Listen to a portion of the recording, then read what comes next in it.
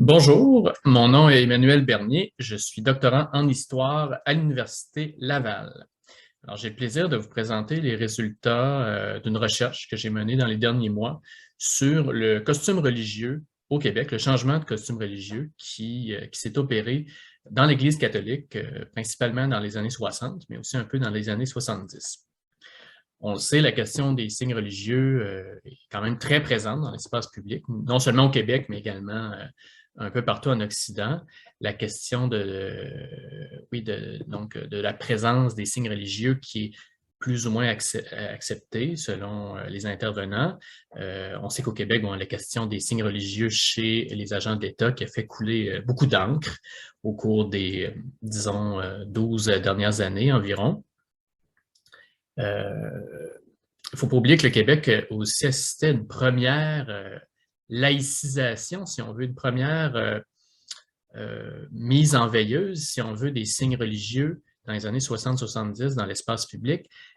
Donc, les signes vestimentaires des religieux, des religieuses de l'Église catholique, notamment dans la foulée du Concile Vatican II. Donc, c'est quelque chose dont on parle quand même assez peu, qui est assez peu présent dans la recherche et que j'ai décidé d'explorer à l'aide des journaux, des périodiques, des différents périodiques qui sont présents dans la banque de données numérique de BANQ. J'ai procédé à un recensement par mots-clés qui m'a donné un total de 239 articles entre 1960 et 1980. Pourquoi cette fourchette-là? Parce que, on en parle beaucoup dans les années 60, comme on va voir dans quelques instants. Moins dans les années 70 et à peu près beaucoup moins dans les années 80 et très peu quand même dans les années 50. Donc, c'est pourquoi j'ai choisi ces deux décennies-là.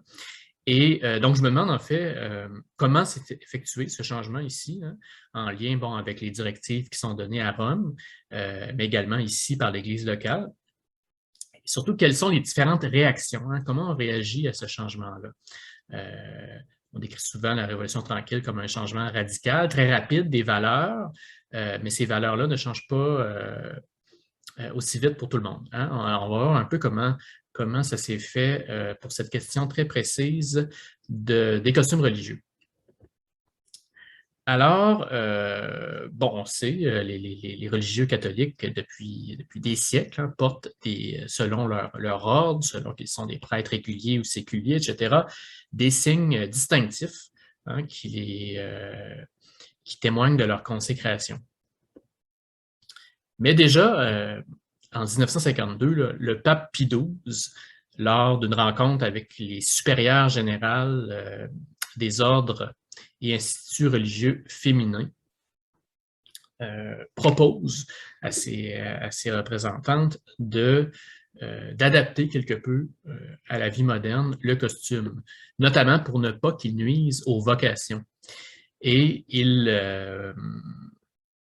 dit, et je cite, « Certains usages qui, s'ils avaient jadis un sens dans un autre contexte culturel, ne l'ont plus aujourd'hui. » Et il invite à écouter ce qu'il appelle la raison. C'est un témoignage, un appel qui a été assez peu entendu au Québec. On en parle très peu dans les années 50. C'est surtout à partir des années 60 qu'on va en parler. On le sait, dès le tournant des années 60, on sait qu'il va y avoir un concile, un grand concile, et on commence à parler de cette question-là. Je vais partager un graphique qui va permettre là, de mieux voir l'évolution de cette question-là. Alors, on voit bien que, en fait, c'est l'évolution du nombre de textes qui sont publiés dans la presse québécoise sur le renouveau, donc sur la question de l'habit religieux. On voit qu'avant la fin du Concile, il y en a quand même relativement, il y en a quelques-uns, mais quand même relativement peu, sauf en 1961. Parce que justement, en 1961, avant même donc le début du Concile, on voit une initiative de Monseigneur Léger, qui est archevêque de Montréal, qui décide qui publie un mandement dans les journaux qui invite fortement les prêtres qui vont en ville à porter le costume du clergyman, qui en fait qu'on voyait beaucoup aux États-Unis à cette époque-là, qui est un costume, qui est un complet noir avec un col romain, qui nous est beaucoup plus familier aujourd'hui. Et ça, bon, ça suscite quand même des réactions. On a certains évêques, notamment Monseigneur Roy à Québec, qui publie un amendement assez semblable, assez rapidement lui aussi. Mais on a l'évêque de Sherbrooke, lui, qui, au contraire, dit non, la soutane est encore obligatoire pour tous les prêtres. Et là, bon, durant le concile, on commence déjà à voir certains changements qui vont plus dans le sens de ce que Pie XII demandait. Donc, des adaptations quand même relativement légères des costumes, notamment féminins. Je vais montrer, entre autres, en 63, par exemple, on voit des Sœurs de la Charité de Saint-Jean du Nouveau-Brunswick ici. Bon, c'est le Nouveau-Brunswick, mais c'est quand même, ça paraît dans un journal au Québec, dans la presse. Si je me rappelle, oui, dans la presse en 63, on voit les sœurs ici, le après et le avant. Donc, on voit la coiffe qui est simplifiée pour, notamment, comme on dit, avoir un meilleur champ de vision pour lorsque les sœurs conduisent. Donc, mais pour l'instant, ce sont des changements qui se font au compte-gouttes, surtout pour les communautés religieuses féminines, parce qu'il faut consulter, hein, il faut essayer des modèles, il faut faire appel à des couturiers et il faut les confectionner, hein, ces costumes-là, ce qui prend quand même beaucoup de temps. On voit l'autre exemple ici, des filles de la sagesse, hein, encore là, un changement qui, dans leur cas, là, est quand même un petit peu plus, quand même plus évident. Et pour les prêtres, par exemple, ça se fait quand même plutôt rapidement parce qu'on constate, selon plusieurs témoignages, que déjà là, à l'époque, c'est-à-dire en 64, c'est rendu habituel de voir un prêtre en col romain, en clergyman, ce qu'on voyait quand même très peu avant. Et si je reviens à mon graphique, en 65, à la fin du concile, c'est là où cette question-là atteint son maximum dans le débat, hein, avec une quarantaine, presque 50 textes qui paraissent, parce qu'évidemment, bon, c'est la fin du concile, et c'est également le moment où paraît, à la fin, donc en octobre 65, le décret Perfecte Caritatis qui rénove la vie religieuse, la vie des communautés religieuses. Et l'article 17 stipule l'habit religieux, signe de la consécration à Dieu, doit être simple et modeste à la fois pauvre et décent, adapté aux exigences de la santé et approprié aux circonstances de temps et de lieu, ainsi qu'aux besoins de l'apostolat. On modifiera l'habit soit masculin, soit féminin, qui ne correspondent pas à ces normes. On va voir que c'est quand même c'est un texte qui est assez, qui laisse, comme on va le voir, là, assez place à des interprétations qui peuvent être assez divergentes.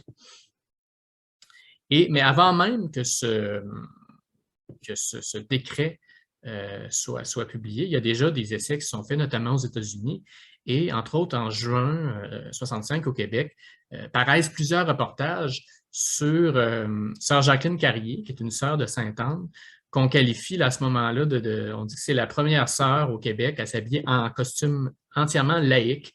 C'est une sœur qui travaille dans un centre écuménique et donc on voit la photo là, avant-après où elle finit justement en habit comme les femmes, comme toutes les femmes laïques de son époque. Et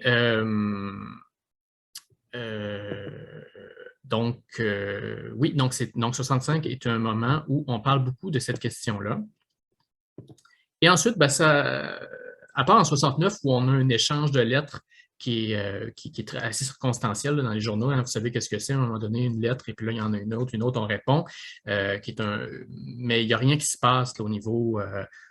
c'est-à-dire il n'y a pas de changement dans les consignes de Rome ou des évêques qui se produisent. C'est surtout en 72 où il y a une consigne qui vient de Rome, de la congrégation chargée des communautés religieuses, qui invite là, notamment les évêques nord-américains à se conformer à ce que dit Perfecte Caritatis en 65 et de ne pas aller trop loin dans la laïcisation des habits.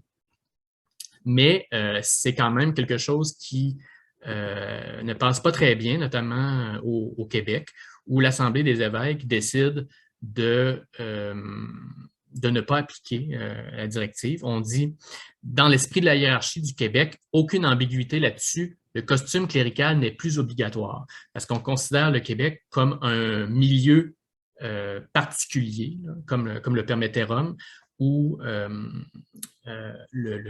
des signes religieux trop visibles nuirait à l'aspect pastoral. Et finalement, comme vous voyez sur le graphique, ben, en 79, on a une légère hausse, mais encore là, c'est un échange de lettres entre des lecteurs de la tribune là, qui est plutôt, disons, qui n'est pas très significatif, qui n'est pas lié à des événements là, particuliers. Donc, maintenant qu'on a vu un peu le portrait, comment se fait le changement, comment, en lien avec, avec ce que demande Rome, ce que demande la hiérarchie au Québec, on va regarder un peu quels sont les arguments, quelles sont les valeurs qui justifient ces arguments pour les deux camps. C'est bien évident que les opinions ne sont pas nécessairement toujours campées dans deux camps différents. Ce sont des opinions qui se situent sur tout un spectre, hein, tout un continuum, qui va d'un maximum à un minimum de signes religieux. Mais pour les besoins de la cause, je vais quand même les présenter séparément. Donc, d'abord ceux qui sont pour le moins de signes religieux possible, et ensuite ceux qui sont pour un certain nombre, on va dire, de signes religieux, là. Alors, ce qui ressort surtout dans ceux qui se disent pour un habit qui est non distinctif, c'est c'est la valeur de l'adéquation à son époque. On parle beaucoup de s'adapter. Cette question-là est très importante et ça va avec ce que Pie XII demandait en 52. Et c'est pour ça qu'on voit beaucoup d'intervenants qui vont dire, par exemple, bon, il faut être de notre temps, il faut être avec l'Église qui est en marche, s'adapter à ce siècle de la vitesse. Donc, il y a cette importance-là. Et on dit que les costumes qui viennent souvent du 19e, 18e, 17e siècle sont anachroniques, sont du folklore, sont finalement archaïques. On les associe au Moyen Âge, même à la Grande Noirceur. On a par exemple l'exemple de l'abbé Roger Côté qui écrit dans la Tribune et qui dit « Jésus ne portait pas de col romain, alors pourquoi avoir une fixation sur cet accessoire? » S'adapter, oui, mais comment? Qu'est-ce qu'elle demande finalement à cette époque? C'est une époque, on sait, où la conception d'Église passe d'une Église institution très verticale à une Église communauté, beaucoup plus fraternelle, beaucoup plus horizontale. La relation avec l'autre est maintenant beaucoup plus importante. Entre autres, on parle souvent de l'habit comme d'une barrière qui empêche la communication avec le laïc. On a par exemple une sœur grise qui dit à la presse en 71 « Je peux aller n'importe où et les gens ne me regardent plus comme ils le faisaient autrefois. C'est beaucoup plus reposant et je peux maintenant parler aux gens à leur niveau, alors qu'autrefois, les gens me parlaient sur un ton différent. Parce qu'ils étaient très conscients du fait que j'étais une religieuse. » Donc, cet aspect-là revient souvent dans cet argumentaire, notamment certaines exigences pratiques. On pense, bon, comme je l'ai dit tout à l'heure, les sœurs qui conduisent, qui ont à opérer certaines machines, à faire les sœurs cuisinières. Certains connaissent peut-être sœur Berthe, là, qui était très, très connue à l'époque, cuisinière qui apparaissait seulement avec une petite croix dans le cou. On pense aux prêtres ouvriers qui peuvent travailler dans les usines. Et donc, on pense aux catholiques, mais aussi on pense à ceux qui sont, disons, des catholiques plus tièdes ou même des non-catholiques. Cette question du pluralisme est très importante. Monseigneur Roy, par exemple, dans son décret de 61 qui permet le clergyman, dit qu'en certains lieux publics, particulièrement ceux qui sont fréquentés par les touristes, la soutane est bien moins acceptée, est moins bien acceptée et peut même gêner le prêtre dans son apostolat. Et c'est le cas également des sœurs, par exemple, qui vont travailler avec des immigrants. Une sœur Lucille Dumais de la congrégation de Sainte-Croix qui dit que sa décision de prendre l'habit laïque s'est faite en 4 heures. Et elle dit « Je crois que ma décision fut sage ». Et surtout, bon, le signe religieux, évidemment, est un signe, mais il faut que, comme le dit le père Hamelin, Alonso Hamelin, qui était directeur de la revue Vie des communautés religieuses, ce signe-là, on doit s'assurer qu'il est, oui, qu'il est lu, qu'il est compris, mais qu'il est accepté aussi. S'il n'est pas accepté, il faut s'abstenir de le mettre.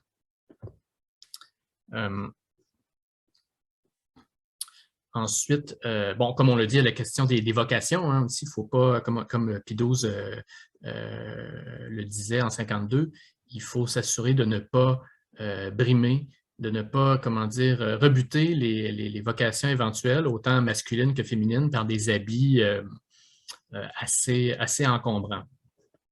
Il y a l'aspect aussi bon, on a dit de la relation à l'autre, mais de la relation à Dieu. Hein? Est-ce que le costume est si important pour la vocation?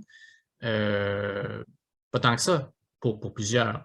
Justement, sœur Jacqueline Carrier, qu'on a vu en 65 en costume laïque, en photo, elle s'est rendue compte que le costume a peu d'importance et ne change rien à la personnalité.